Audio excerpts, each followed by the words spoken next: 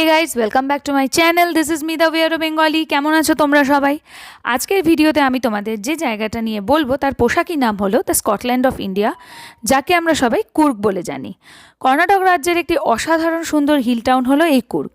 কুর্গ আমি গেছিলাম ব্যাঙ্গালোর থেকে মে মাসে। ব্যাঙ্গালোর থেকে কুর্গ যাওয়া এমনিতে খুবই সহজ। এখানে এসি স্লিপার নাইট বাস ছাড়ে রাত 9টা 9:30 নাগাদ। পরের দিন ভোর 5:30 নাগাদ আমাদেরকে কুর্গ নামিয়ে দেয়। কুর্গের যে বাস স্টপটা সেটার নাম হচ্ছে মাডিকেরি। আমরা যখন কুর্গ যাই তখন কুর্গে প্রবল বৃষ্টির জন্য চারদিকে রেড অ্যালার্ট জারি করা হয়েছিল, কিন্তু বর্ষায় পাহাড় দেখার ইচ্ছেটা বরাবরই আমার প্রবল, তাই সব বিপত্তি সত্ত্বেও ওই প্রবল বৃষ্টির মধ্যেই আমরা পৌঁছে গেলাম মাডিকেরি ওরফে কুর্গ। যে হোটেলে ছিলাম তার নাম হলো চেরি লফট হোটেল। অনলাইনে রিসার্চ করে এই হোটেলের সন্ধান পাই। অসম্ভব সুন্দর পাহাড়ের গায়ে এই রিসোর্ট, যার পার নাইট রুম ফেয়ার ছিল 4500 টাকা। এই ফেয়ারে আমাদের কমপ্লিমেন্টারি ব্রেকফাস্টও ইনক্লুডেড ছিল।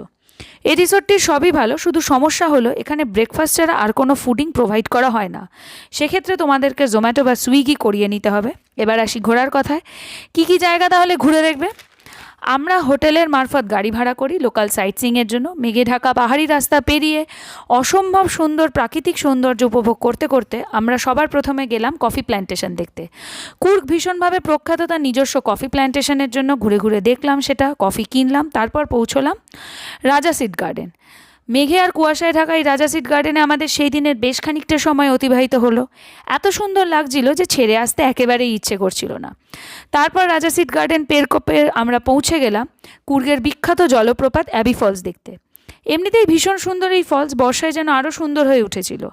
তারপর আমরা গেলাম মাদিকেরি ফোর্ট এবং ওঙ্কারেশ্বর টেম্পল। এই দিয়ে আমাদের সেদিনের ঘোরা কমপ্লিট হলো। এই ট্যুরটা করতে আমাদের লেগেছিল 2000 টাকা। কুর্গের দুটো বিখ্যাত গ্লাস ব্রিজ আছে, কিন্তু মেরামতির কারণে বন্ধ থাকায় আমরা সেটাই যেতে পারিনি। এরপর সেকেন্ড দিন আবার আমরা ঘুরতে বেরিয়ে পড়লাম বাকি জায়গাগুলো দেখতে, যার মধ্যে ছিল হারেঙ্গি এলিফ্যান্ট ক্যাম্প, যেখানে তোমরা চাইলে হাতিকে খাওয়াতে পারো, আর তার সাথে রয়েছে স্পিড বোট চড়ার ব্যবস্থাও। হারেঙ্গি এলিফ্যান্ট ক্যাম্প ঘুরে আমরা চলে এলাম এক বুদ্ধিস্ট মোনাস্ট্রিতে। খুব সুন্দর এই মোনাস্ট্রিটা, ভীষণ শান্ত পরিবেশ ভিতরে। এই মোনাস্ট্রি ঘুরে লাঞ্চ করে আমরা চলে আসি চিকলিহোল রিজার্ভারে। সেটাই ছিল আমাদের ওই দিনের লাস্ট ট্যুরিস্ট স্পট। এটা দেখতে আমরা হোটেলে ফিরে আসি। এই দিনে সারাদিন ঘোরাতে আমাদের গাড়ি নিয়েছিল প্রায় 4000 টাকা। এখানে কয়েকটা জিনিস বলার, ইউজুয়ালি এরা দুবারই এলিফ্যান্ট ক্যাম্পে নিয়ে যায়। আমরা যে সময় যাই দুবারে বন্ধ থাকার কারণে দুবারের বদলে আমাদের হারেঙ্গিতে নিয়ে গেছিলো। তোমরা চাইলে এর সাথে মালালি ওয়াটারফলসও ঘুরে দেখতে পারো। তো এই ছিল আমার কুর্গ ট্রিপ। এরপর আবার দেখা হবে খুব জলদি নতুন ব্লগে। Till then take care, bye by.